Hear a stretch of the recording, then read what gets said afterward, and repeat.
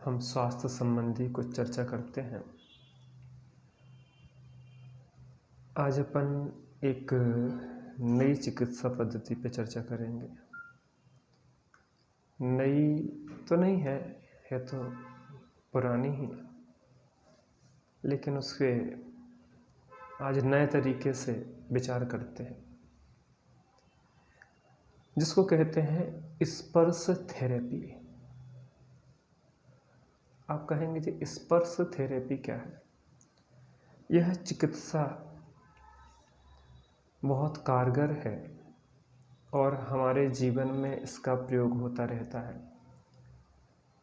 तो आप कहेंगे हमने तो इसका नाम ही नहीं सुना, या सुना है तो क्या है इसमें, ये हमें पता नहीं है। थोड़ा विचार करते हैं। कई बार हम देखते हैं हमारे जीवन में हम दुख तकलीफ पीड़ा में होते हैं। हमारी माँ, हमारे परिवारीजन, हमारे गुरुजन हमारे निकट आते हैं और प्रेम भरा एक हाथ हमारे माथे पर रख देते हैं। बहुत जोर से सर दर्द हो रहा था और जैसे ही हमारी माँ ने आके सिर पे हाथ रखा, धीरे धीरे धीरे जितना पहले सिर दर्द था अब वह घटना शुरू हो गया है।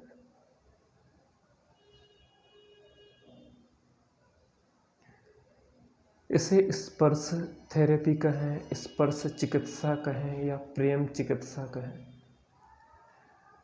देखो, हमने देखा इस विषय में कोरोना काल में कोरोना से उतने लोग नहीं मरे जितने अपने लोगों से दूरी के कारण लोग मरे। अपनों से जो दूरी बनी रही, एक दूसरे से हम मिल नहीं पाए, माता पिता का, अपने परिवारीजन का, अपने इष्टजन का प्रेम भरा हाथ हमारे माथे पे नहीं था। ये सांत्वना नहीं थी कि सब ठीक हो जाएगा, चिंता नहीं करो।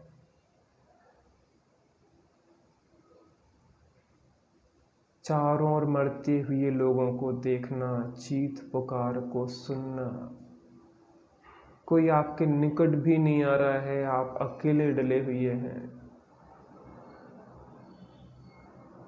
ज़्यादा नहीं तो कम से कम 50% लोग स्पर्श चिकित्सा न होने के कारण मर गए। हमारे माता पिता, हमारे दादा दादी आपसे सेवा नहीं चाहते, लेकिन आप जब घर पे पहुँचे तो वो चाहते हैं कि कुछ क्षण उनके साथ बिताएं और प्रेम से आप उनका ऐसा हाथ से माथा पकड़ के ऐसे दबा देते हैं, थोड़े से हाथ से सहला देते हैं, तो ऐसा लगता है कि खजाना मिल गया। देखो, कहा जाता है कि 90% बीमारियां मानसिक होती हैं, शारीरिक बीमारियां तो 10% होती हैं। और अधिकतर शरीर में जो बीमारियां दिखती हैं, पहले वो मन मस्तिष्क में तैयार होती हैं, फिर वो शरीर पे आती हैं। मैंने एक घटना सुनी। एक महिला को गांठ बन गई, कैंसर की गांठ।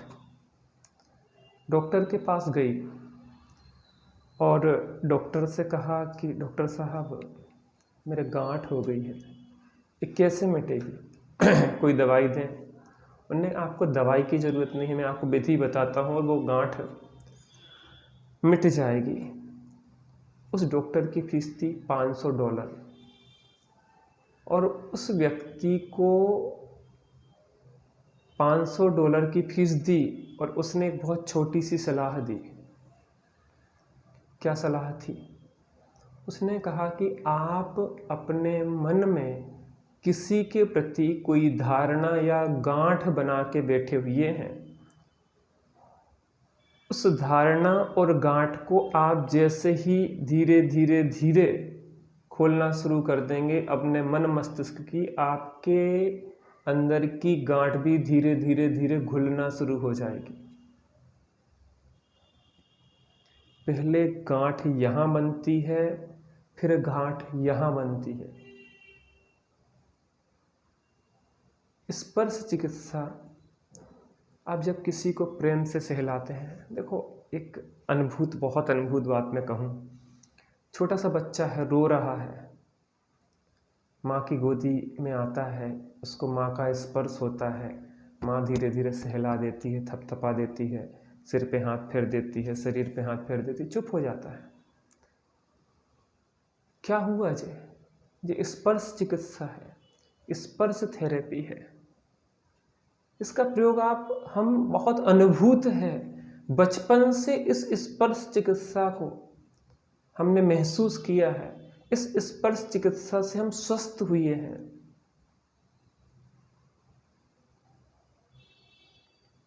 थोड़ा सा मेरी बात को समझें, थोड़ी और गहराई में इसमें जाएं। ये शरीर के स्पर्श की बात है। मैं आपसे कहूँगा इस स्पर्श से भी अंदर कोई स्पर्श और गहरा है। सभी रोगों की, यहाँ तक कहें कि भव रोगों की चिकित्सा एक ऐसी चीज़ है जिसका स्पर्श करने पर मिट जाती है। अनंत दुख, अनंत पीड़ाएं, अनंत तकलीफें, सब कुछ दूर होने वाली चिकित्सा वो है आत्म स्पर्श चिकित्सा। उसके लिए कुछ नहीं करना है, थोड़ी देर बिल्कुल शांत बैठना है, आँखों को बंद करना है और बिल्कुल शांत होके बाहर में देखना बंद करो, बाहर की सुनना बंद करो, बाहर में चखना बंद करो, बाहर में सूंघना बंद करो, बाहर में छूना बंद करो, अंदर में ही अपना स्पर्श करो, अपना रस चखो, अपने को ही देखो, अपने को ही सुनो और अपना ही चैतन्य का रसास्वाद चखो। जैसे ही हमारा ज्ञान बाहर में भटक रहा था, जैसे ही आत्मा का स्पर्श करता है और भव रोग मिटना प्रारंभ हो जाता है। अरे इस शरीर का रोग ही नहीं, इस आत्मा का रोग भी मिटना शुरू हो जाता है। कुछ देर बिल्कुल शांत होके, शांत होके, शांत होके अपना आत्मी स्पर्श करो। अंदर में अपने से मिलन करो, अपना स्पर्श करो।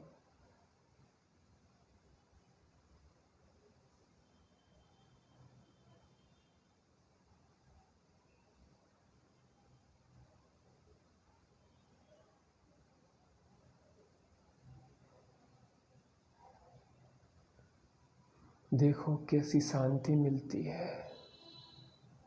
इस भव के रोग ही नहीं, अनंत भवों के रोग मिट जाएंगे।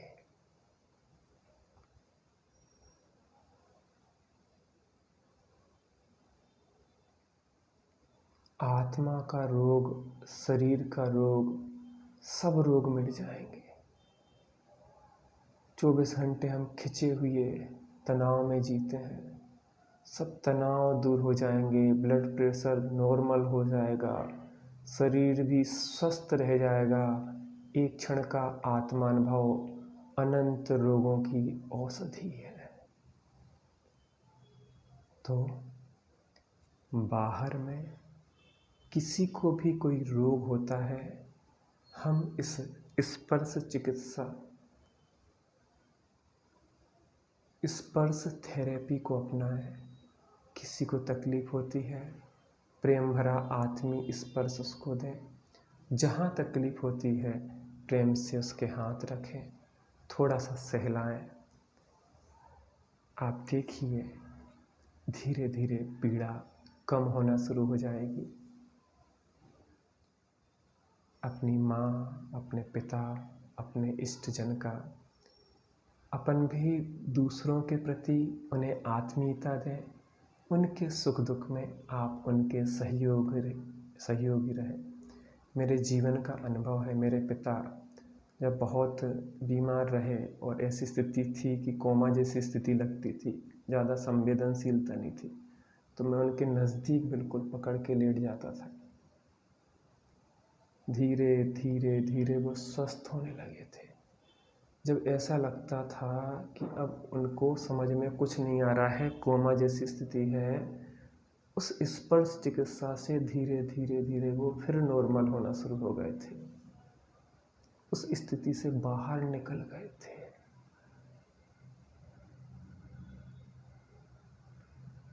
शरीर का रोग भी ठीक होगा अगर हम अपने निकटस्थ को इस स्पर्श थेरेपी के द्वारा उपचार करेंगे, और अगर हम अपने को अपने से ही छुएंगे, अर्थात अपने ज्ञान को अपने अंदर ही समेटेंगे और बिल्कुल शांत होकर रुक जाएंगे, तो आत्मा का भवरोग मिट जाएगा। इसलिए स्पर्श चिकित्सा दोनों के लिए लाभकारी है, शरीर के लिए भी और आत्मा के लिए भी। हम सभी इस चिकित्सा पद्धति को अपनाएं और हम सभी प्रसन्न रहें। जो भी स्थिति हो, सदैव प्रसन्न रहने का अभ्यास करें। हम जैसा सुखी कोई नहीं है संसार में। हमें सब प्रकार की अनुकूलताएं हैं। हम तो अपने मनोकल्पित समस्याओं को तैयार करते हैं और दुखी होते हैं। जिसको दुखी रहने की आदत है उसको कोई सुखी नहीं कर सकता, और जिसको प्रसन्न रहने की आदत है उसे कोई दुखी नहीं कर सकता। इसलिए अपनी पीड़ा हरें, अपनों की पीड़ा हरें, आत्मिक पीड़ा हरें, और हम सभी सुखी हों। ऐसी मंगल भावना से मेरी आप सभी के साथ शुभकामनाएं।